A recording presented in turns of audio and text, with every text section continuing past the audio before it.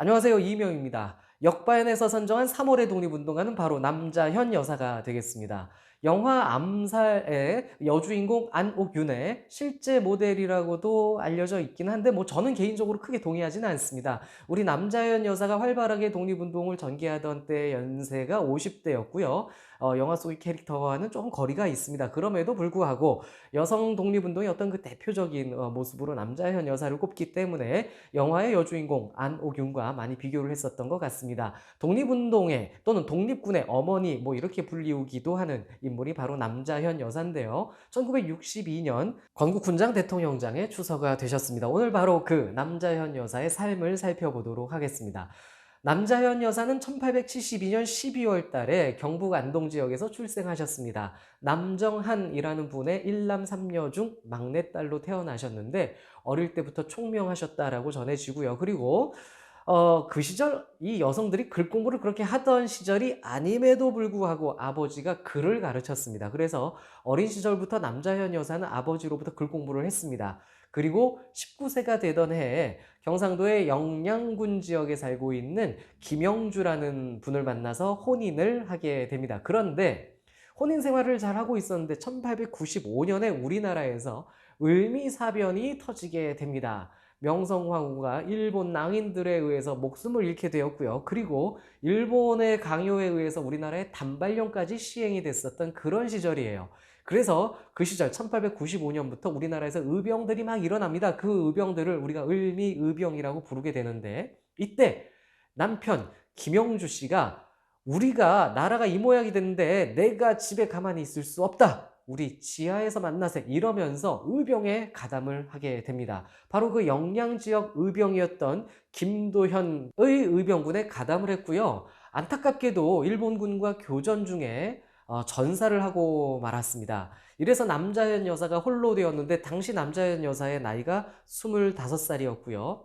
당장 남편의 복수를 위해 독립운동에 뛰어들고 싶었으나 3대 독자를 키우고 있었고 또 시어머니 시아버지를 봉양해야 되는 처지였기에 이제 남자현 여사가 홀로 생계를 이어가면서 어려운 삶을 이어가게 됩니다. 명주 짜는 일로 생계를 유지하며 세월을 보내다가 1919년 3.1운동이 일어나게 됐는데 이때 당시 남자현 여사의 나이가 48살이었거든요.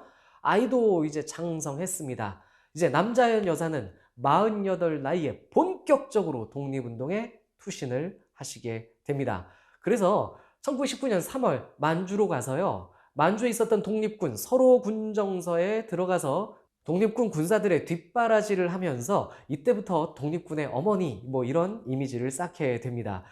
독립군 뒷바라지 하는 것뿐만 아니라 만주에 있었던 여러 독립운동 단체들을 순회하면서 독립의식을 고취시키는 그런 활동도 했고요. 그 다음에 만주 지역 12곳에 교회 설립을 하는 일도 가담하셨다고 합니다. 그리고 만주 지역의 여성 계몽 운동을 위해서도 활발한 활동을 하셨습니다. 그리고 1925년 이 남자현 여사는 국내에 잠입을 하게 됩니다. 목표는 사이토 마코토라는 당시 조선에 와 있던 일본 조선 총독 그를 암살하기 위해 채찬이라는 인물과 함께 서울로 들어왔는데 그런데 경비가 너무 삼엄해서 거사를 치르지 못하고 실패를 하고 돌아가고 말았던 그런 일이 있었습니다.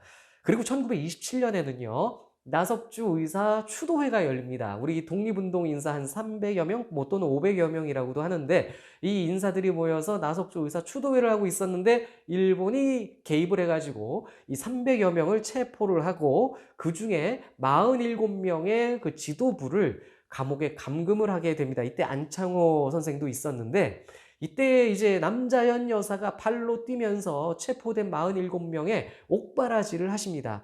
독립운동의 어머니 그런 모습을 또 여기서 보여주시는 그런 모습을 볼 수가 있는 것이죠.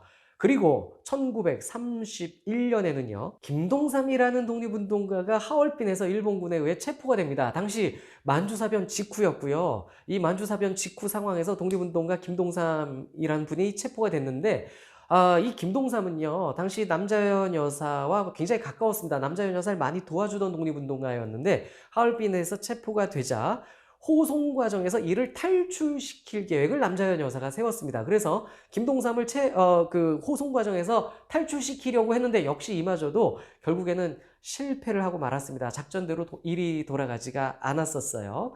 그리고 1932년이 됩니다. 32년에는요, 일본이 만주사변으로 만주를 점령한 후 만주국이라는 나라를 세웠었는데요. 이 만주국이 수립이 되자 중국에서 국제연맹에다가 제소를 했었어요. 그래서 국제연맹에서 리튼 조사단이라는 조사단을 만주에 파견해서 이 만주국이라는 이 나라의 실체에 대해서 조사를 하게 되는데, 이 리튼 조사단, 국제연맹의 조사단이 온다고 하자 남자연 여사가 무명천에 자기 손가락을 잘라서 혈서를 썼습니다. 한국독립원이라고 썼다고 전해지기도 하고, 또는 조선독립원이라고 썼다라고도 전해지는데, 아무튼 혈서를 쓰고, 그리고 잘라진 그 본인의 손가락까지 넣어서 이 천을 접어서 조사단에게 전달을 했습니다. 이것은 바로 한국인들의 독립의지를 보여주는 것이기도 했고, 만주를 점령한 일본 애들한테 국제연맹 당신들 속지 말아라, 이렇게 전달하는 메시지이기도 했었습니다. 자, 이렇게 또 리튼 조사단과의 접촉이 있었고요. 1933년이 됩니다. 1933년 3월 1일, 이날은 만주국 건국 수립일이었습니다. 만주국이 1932년에 건국됐는데 33년 3월 1일에 건국 수립 기념 행사를 열어요. 이때 만주국 일본 전권대사 무토 노부요시라는 인물이 참석을 하는데, 얘를 죽이려고 남자연 여사가 암살을 시도를 했습니다. 이춘기라는 독립운동가와 함께 잠입을 해서 암살을 시도를 하려고 했어요. 이 남자연 여사는 몸에 권총도 지녔고요, 폭약도 지녔고, 폭탄도 지녔고, 탄약도 지닌 상황이었습니다. 그리고 거지 노파로 분장을 했습니다. 당시 60이 살짝 넘은 나이였는데 노인으로 분장을 하고, 거지로 분장을 한 거죠. 거지로 분장을 하고 암살을 시도하려고 했는데, 수상하게 본 일본 경찰에 수색을 당했고요. 결국 무기가 들통나서 일본 경찰이 이 남자연 여사를 미행을 했대요. 그리고 몸수색을 했고, 결국 무기가 탄로나는 바람에 현장에서 체포가 되고 말았습니다. 그래서 남자연 여사는 감옥에 들어가게 되는데, 감옥에서 약 6개월 동안 있게 되고요. 이 안에서 남자연 여사는 10여일 넘게 단식 투쟁도 하고 고문도 당하고 그러셨습니다. 그러다가 6개월 만에 만신창이가 된 몸으로 풀려나서 사경을 헤매시다가 이 길로 출옥하신 지 얼마 안 돼서 돌아가시게 됩니다.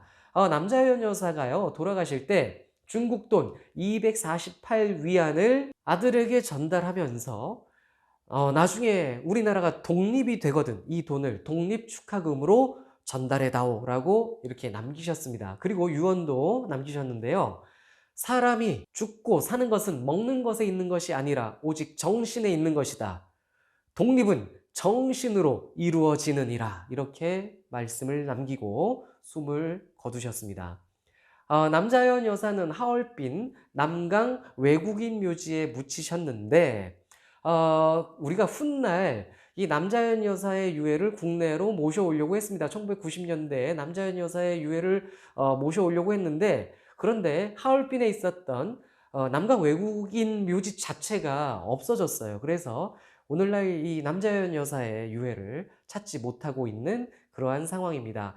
이런 문제도 좀 국가 차원에서 좀 조사도 하고 활발하게 그분의 유해를 찾아 돌아오는 그러한 일에 좀 힘을 기울여야 되지 않나, 이런 생각이 좀 들기는 합니다. 아무튼 이번 시간 우리의 여성 독립운동가 남자연 여사의 삶에 대해서 살펴봤습니다.